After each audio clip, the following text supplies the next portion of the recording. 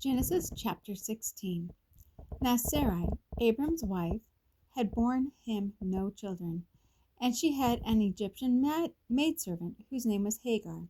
So Sarai said to Abram, "See now, the Lord has restrained me from bearing children. Please go in to my maid. Perhaps I shall obtain children by her." And Abram heeded the voice of Sarai.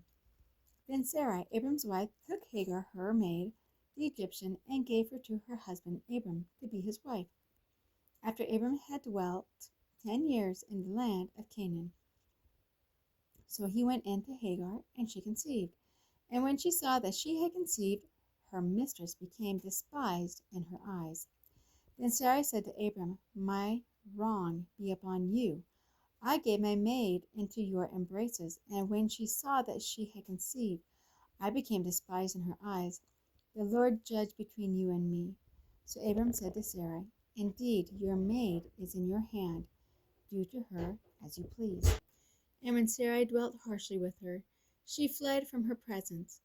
Now the angel of the Lord found her by a spring of water in the wilderness, by the spring on the way to Shur. And he said, "Hagar, Sarah's maid, where have you come from, and where are you going?"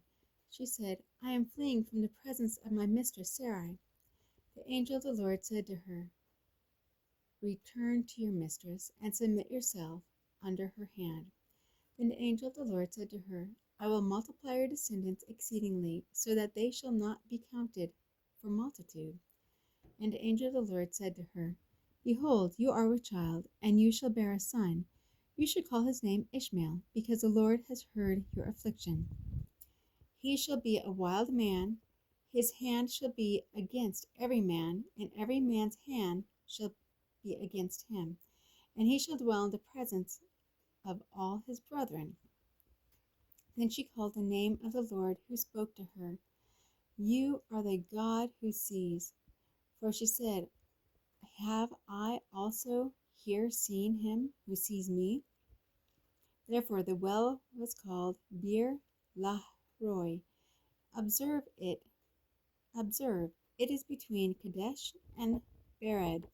So Hagar bore Abram a son, and Abram named his son, whom Hagar bore, Ishmael. Abram was 86 years old when Hagar bore Ishmael to Abram. Genesis chapter 17.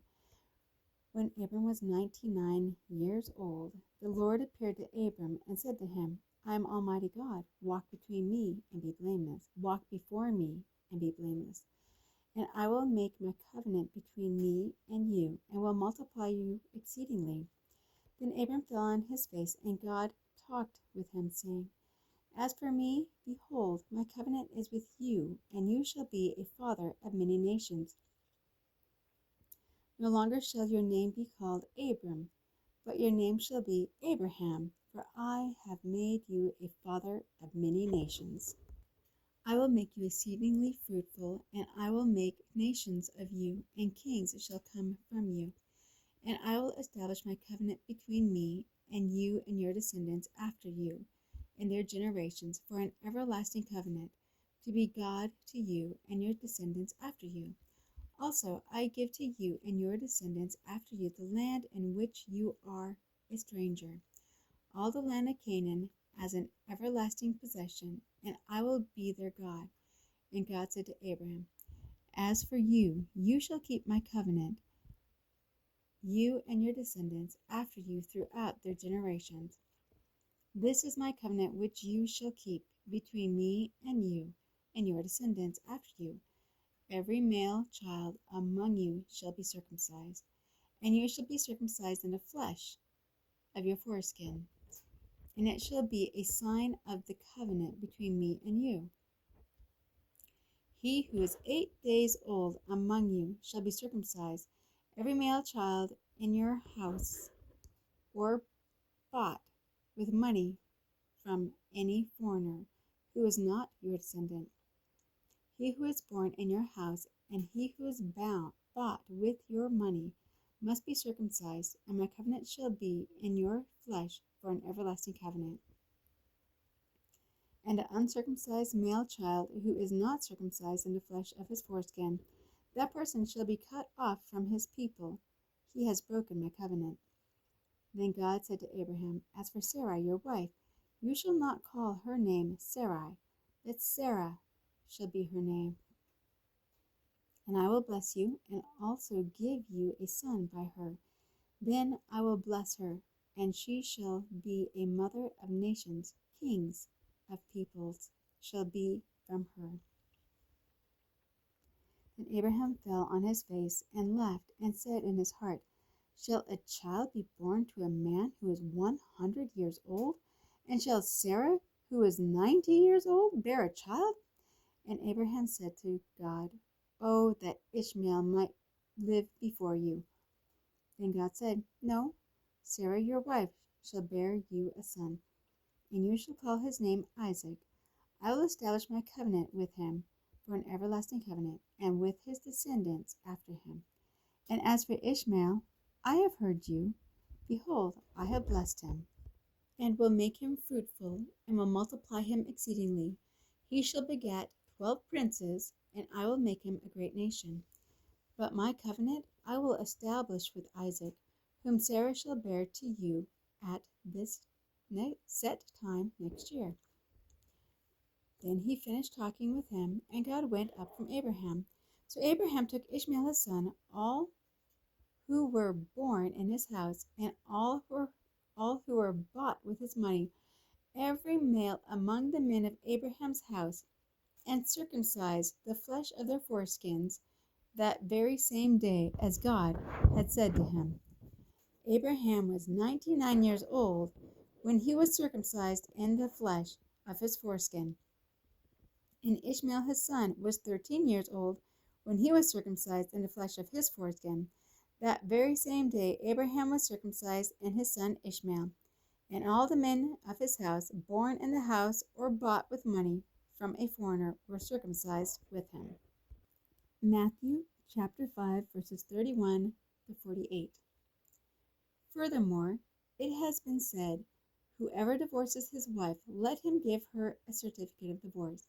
But I say to you that whoever divorces his wife for any reason except sexual immorality causes her to commit adultery, and whoever marries a woman who is divorced commits adultery.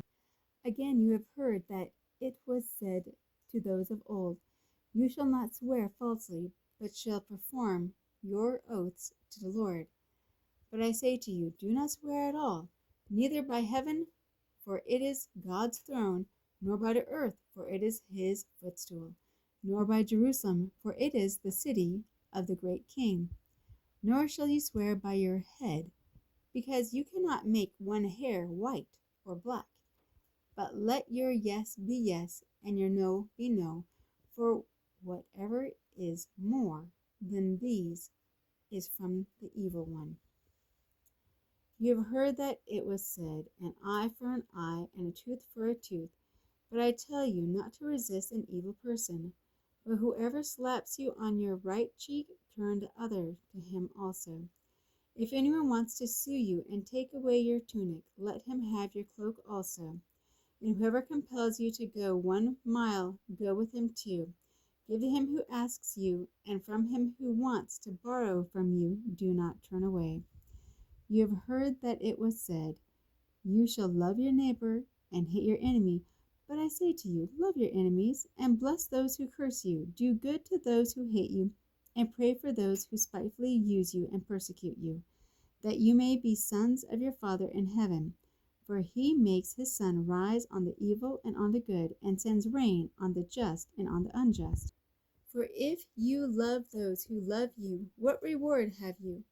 Do not even the tax collectors do the same? And if you greet your brethren only, what do you do more than others? Do not even the tax collectors do so? Therefore you shall be perfect, just as your Father in heaven is perfect.